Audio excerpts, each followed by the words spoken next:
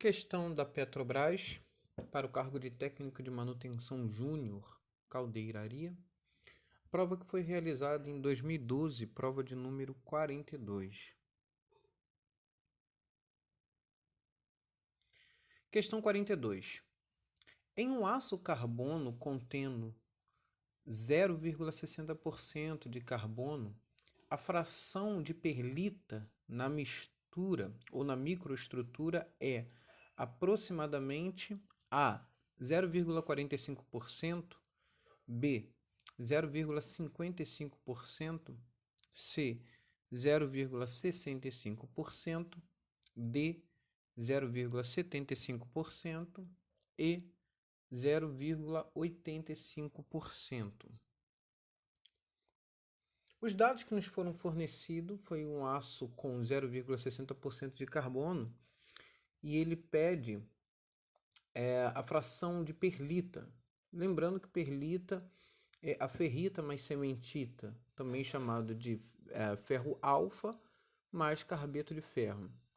Iremos considerar aqui o ponto eutetoide com 0,80% de carbono. Lembrando que o ponto eutetoide, dependendo da literatura, é uma porcentagem de carbono que pode variar de 0,76% a 0,80% de carbono. Isso vai variar de acordo com a literatura, mas sempre vai ficar nessa faixa, de 0,76% a 0,80%, a uma temperatura de 727 graus Celsius. Esse é o ponto eutetoide.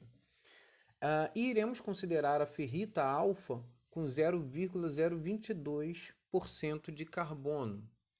Lembrando também que esse ponto pode variar um pouquinho dependendo da literatura, mas esses são os dados que nós iremos considerar para a resolução dessa questão. Então, lembrando aí do diagrama ferro-carbono,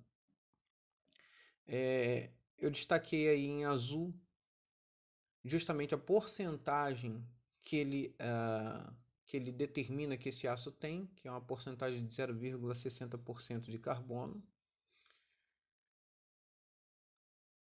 Essa linha vermelha é considerando o ponto eutetoide, com 0,80% de carbono.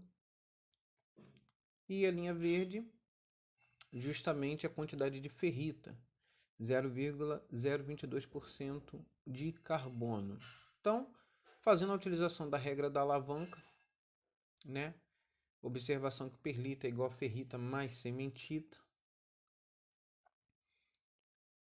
Logo, nós teremos o seguinte: para descobrirmos